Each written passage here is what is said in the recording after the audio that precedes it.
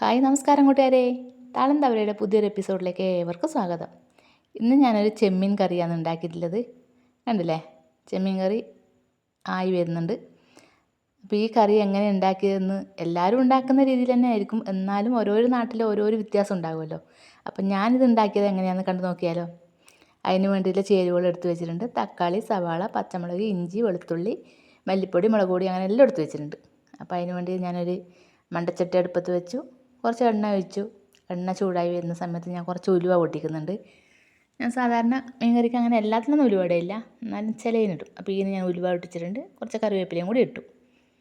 ഒന്ന് അത് മൂത്ത് വരുന്ന സമയത്ത് നമുക്കിതിൽ സവാള ഞാൻ ചെറുതായി കൊത്തി അരിഞ്ഞിട്ടുള്ളതാണ്.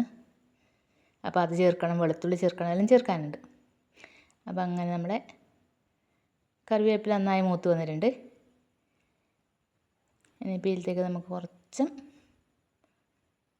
സവാള കൊത്തി അരിഞ്ഞിട്ട് വെച്ചിട്ടുണ്ട്, അത് ചേർത്ത് കൊടുക്കാം.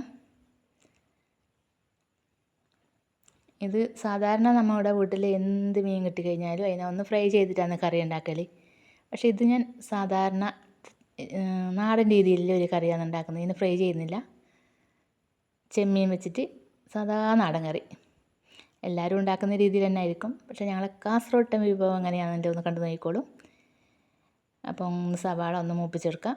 മൂപ്പിച്ചെടുത്തതിന് ശേഷം നമുക്ക് ഇതിലേക്ക് എരിഞ്ഞ് വെച്ച തക്കാളിയും കൂടി ചേർത്തിട്ടുണ്ട്. തക്കാളിനെ ഒന്ന് വഴറ്റി അങ്ങനെ ഉടച്ചെടുക്കണമെന്നൊന്നുമില്ല, ഒന്ന് ജസ്റ്റ് ഒന്ന് വാടി കിട്ടിയാൽ മതി. അപ്പോൾ നമ്മൾ എരിഞ്ഞ് വെച്ച വെളുത്തുള്ളിയും കൂടി ചേർത്തു. ഇനിയിപ്പോൾ പച്ചമുളകും ചേർക്കണം. കുറച്ച് മഞ്ഞൾപ്പൊടി ഞാൻ എടുത്ത് വെച്ചിട്ടുണ്ട് അവിടെ, അപ്പോൾ അതും കൂടി ചേർക്കണം. മുളക് പൊടി അതെല്ലാം ചേർക്കാനുണ്ട്. അപ്പോൾ പച്ചമുളകും കൂടി ഇട്ടിട്ട് ഒന്ന് വഴറ്റിയെടുക്കാം. വഴറ്റിയെടുത്തതിന് ശേഷം നമുക്ക് ഇതിലേക്ക് പൊടികളെല്ലാം ചേർത്ത് കൊടുക്കാം. അപ്പോൾ കുറച്ച് മഞ്ഞൾപ്പൊടി ചേർത്തിട്ടുണ്ട്.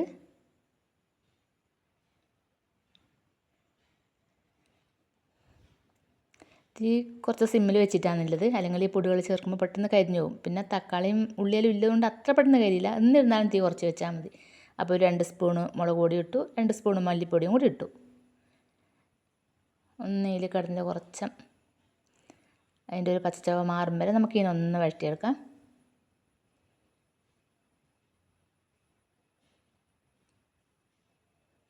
ഇനിയിപ്പോൾ നമ്മൾ ഇതിലേക്ക് കുറച്ച് പുളി പിഴിഞ്ഞ് വെച്ചിട്ടുണ്ട്, അതിൻ്റെ വെള്ളം കൂടി ചേർത്ത് കൊടുക്കാം. പുളി വെള്ളത്തിൽ കിടന്നൊന്നിത് കലക്കിയെടുക്കാം. ഇത് നമുക്ക് ഈ കറിക്ക് ആവശ്യമായ വെള്ളം ഇപ്പോൾ തന്നെ ചേർത്ത് കൊടുക്കണം. അത് ചേർത്തിട്ട് അതിനെ ലൂസാക്കി വെച്ച് തിളച്ചതിന് ശേഷം നമ്മൾ മീൻ ചേർത്ത് കൊടുത്താൽ മതി. ചെമ്മീൻ നമ്മൾ അങ്ങനെ ഒരുപാട് വെന്ത് കഴിയുമ്പോൾ അതിനൊരു സോഫ്റ്റ്നെസ് കിട്ടില്ല, ഭയങ്കര ഹാർഡായിരിക്കും, അതങ്ങനെ റബ്ബർ ഉണക്കി ഇരിക്കും. അപ്പോൾ അതുകൊണ്ട് നമുക്ക് ഇതിലേക്കില്ല വെള്ളമെല്ലാം ഉപ്പ് അത്യാവശ്യം ചേർത്ത് ചാറൊന്ന് നല്ല തിളച്ച് വരുന്ന സമയത്ത് നമുക്ക് ചെമ്മീൻ ചേർത്ത് കൊടുത്താൽ മതി. അപ്പോൾ അങ്ങനെ നന്നായി തിളച്ച് വന്നിട്ടുണ്ട്. നമുക്ക് നന്നാക്കി വെച്ചിരിക്കുന്ന ചെമ്മീൻ ഇതിലേക്ക് ചേർത്ത് കൊടുക്കാം. നന്നാക്കി ഉപ്പെല്ലാം ഇട്ടിട്ട് വെച്ചിട്ടുള്ളതാണ്. അപ്പോൾ ഇനിയിപ്പോൾ ഇതിൽ ഉപ്പിട്ടതിന് ശേഷം, ചെമ്മീൻ ഇട്ടതിന് ശേഷം ഉപ്പൊന്ന് നോക്കിയിട്ട് വേണമെന്ന് വെച്ചാൽ ഇട്ട് കൊടുത്താൽ മതി. അങ്ങനെ നമ്മൾ കറി നന്നായി തിളച്ച് കുറുകി വന്നിട്ടുണ്ട്. കണ്ടില്ലേ, നല്ല അടിപൊളി നാടൻ ചെമ്മീൻ കറിയായി കിട്ടിയിട്ടുണ്ട്. ഇതിൽ കുടംപുളിയെല്ലാം ഇട്ടാൽ ഭയങ്കര ടേസ്റ്റ് ആയിരിക്കും കേട്ടോ. കുടംപുളി മാങ്ങയെല്ലാം ഇട്ടാൽ. പക്ഷേ നമുക്കിപ്പോൾ അത് രണ്ടുമില്ല, സാധാ വാളംപുളി പിരിഞ്ഞ് കൂട്ടിയിട്ടുള്ള കറിയാണ് ഇത്. അപ്പം അങ്ങനെ നമ്മളെ ചെമ്മീൻ കറി നല്ല അടിപൊളിയിൽ ആയി വന്നിട്ടുണ്ട്. കണ്ടില്ലേ, നല്ല കുറുകി ചാറായി വന്നിട്ടുണ്ട്. അപ്പോൾ എല്ലാവരും ഒന്നിങ്ങനെ ഉണ്ടാക്കി നോക്കോളും. അല്ലേ, നല്ല ചെമ്മീൻ കറിയായിട്ട്. അപ്പോൾ അടുത്തൊരു വീഡിയോയിൽ കാണുമ്പോൾ എല്ലാവർക്കും ബൈ ബൈ.